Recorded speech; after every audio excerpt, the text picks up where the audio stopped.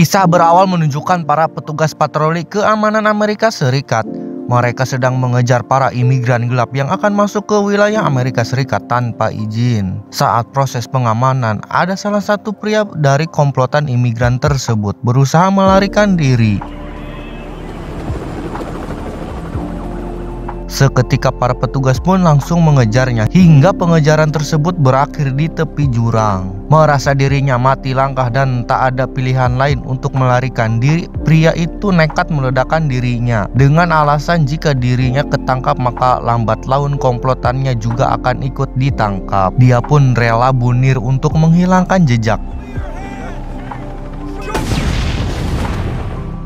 Dan scene pun beralih ke sebuah kota di Amerika, lebih tepatnya kota Kansas.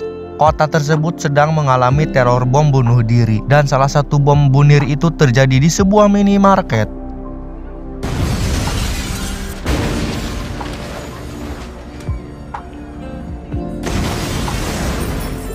Akibat dari ledakan bom tersebut, warga setempat pun banyak yang tewas. Atas peristiwa tersebut, Menteri Pertahanan Amerika itu berjanji dia tidak akan membiarkan teror ini terus terjadi, dan dia akan mengerahkan seluruh militer Amerika Serikat demi melindungi rakyatnya dari para teroris. Beberapa waktu kemudian, para pasukan khusus ditugaskan untuk menangkap seseorang bernama Bapri yang disinyalir dia berada di Teluk Somalia. Karena menurut investigasi dan informasi dari Cepu, diketahui dia telah membantu menyelundupkan para teroris ke Amerika.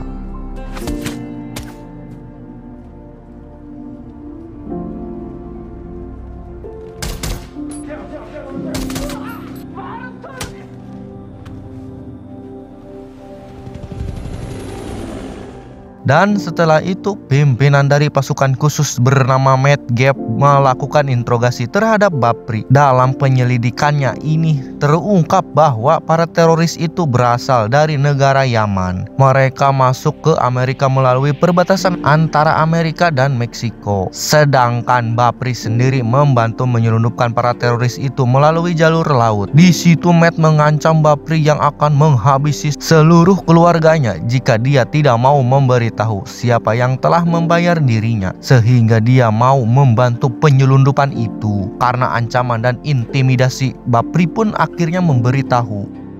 Dan keesokan harinya, Matt pun melaporkan ke atasannya. Dan ternyata dalang dari semua ini adalah seorang pimpinan kartel narkoboy Meksiko bernama Carlos Reyes. Carlos melakukan ini bertujuan untuk membuat kekacauan di Amerika Serikat, sehingga warganya membutuhkan ketenangan yang akhirnya mereka terpaksa mengonsumsi narkoboynya si Carlos kampret. Paham kan? Setelah itu Matt pun diperintahkan oleh atasannya untuk menemui Menteri Pertahanan serta para petinggi CIA.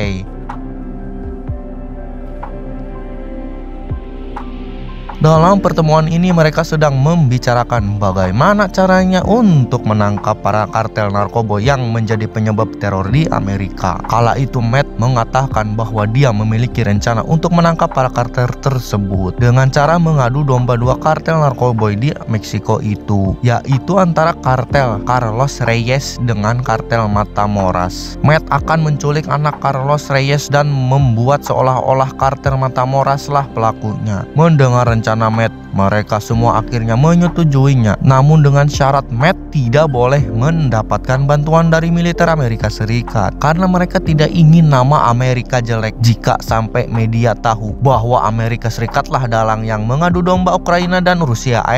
Maksudnya kedua belah pihak para mafia kartel narkoba di Meksiko. Dan kemudian malam harinya Matt menemui pimpinan militer swasta, dan ternyata di sini Matt meminta penyuplaian senjata lengkap serta beberapa anggota terlatih selama menjalankan misi. Dengan biaya ratusan juta dolar, akhirnya mereka berdua pun sepakat.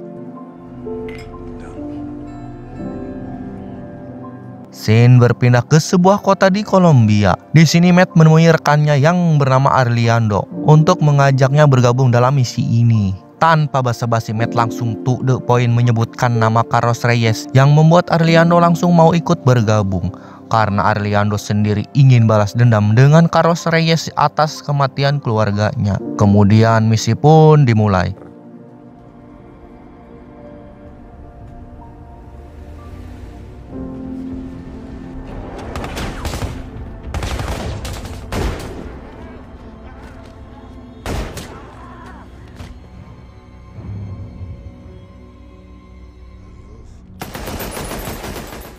Di sebuah sekolah terlihat seorang siswi yang sedang berkelahi dengan seorang temannya.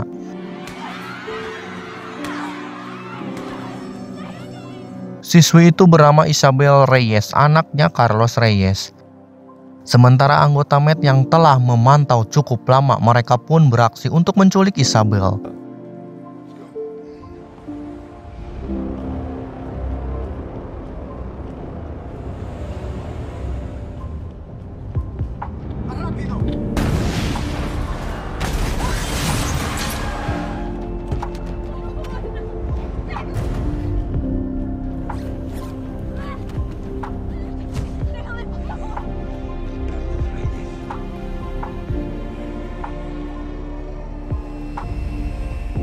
Setelah berhasil menculik Isabel, Matt pergi ke markas untuk mengecek keberadaan lokasi Carlos Reyes. Sementara itu Arliando membawa Isabel ke sebuah tempat persembunyian yang aman. Di sana Arliando dan pihak kepolisian bekerja sama berpura-pura menjadi polisi Amerika yang akan menyelamatkan Isabel dari penculikan ini. Dan tentu semua ini adalah skenario belaka yang sudah direncanakan dari sebelumnya.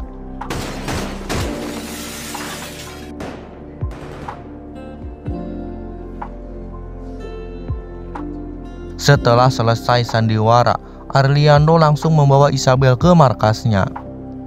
Dan sesampainya di markas, Arliando berusaha meyakinkan Isabel kalau dia kini berada di tempat yang aman. Dan Arliando juga berjanji akan memulangkan Isabel kembali ke keluarganya. Dan Isabel pun mempercayainya.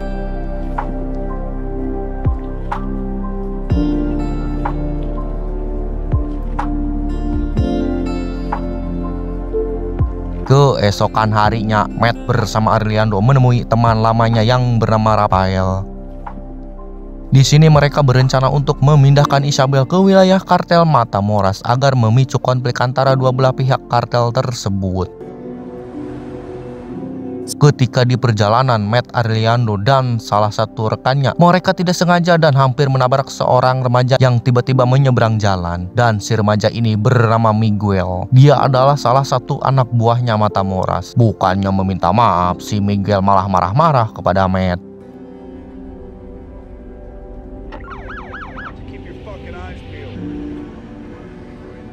Dan setelah itu Miguel diajak sepupunya yang bernama Hector untuk menemui seseorang.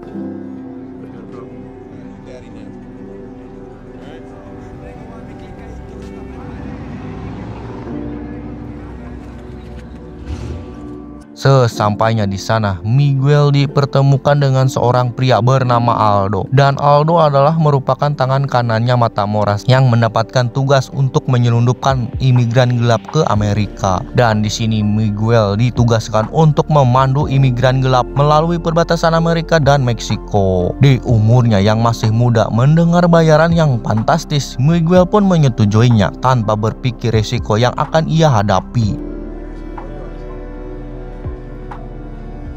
Keesokan harinya, Matt dan timnya bersiap untuk memindahkan Isabel ke wilayah teritorial Matamoras. Dalam perjalanan tersebut, mereka dikawal oleh kepolisian Meksiko dan Amerika.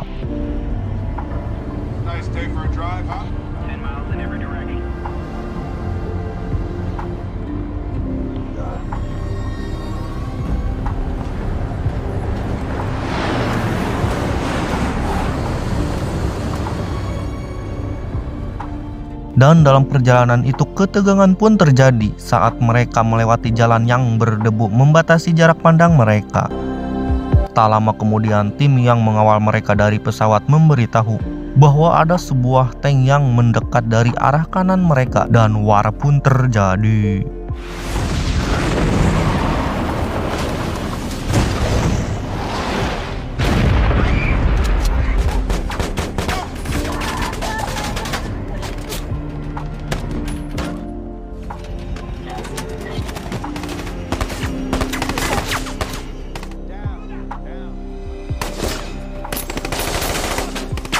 Entah siapa yang menyerang dari pihak mana mereka tidak diketahui, tak begitu penting. Dan merasa situasinya sudah kondusif, Matt dan timnya kembali melanjutkan perjalanannya. Namun ketika mereka bergegas pergi, Isabel yang tadinya berada di dalam mobil hilang entah kemana.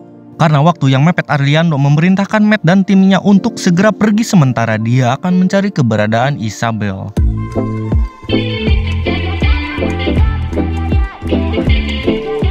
Seperti apa kisah selanjutnya, apa yang akan terjadi dengan tim Matt dan juga Arliando? Kemana perginya Isabel? Akankah Matt, Arliando dan timnya dipertemukan kembali dengan Isabel? Dan berhasilkah mereka mengadu domba mafia tersebut atau malah menjadi bumerang? Penasaran? Stay tune terus di 17 Juni TV. Subscribe agar tidak ketinggalan part 2-nya. Oke guys, nuhun wassalam, see you.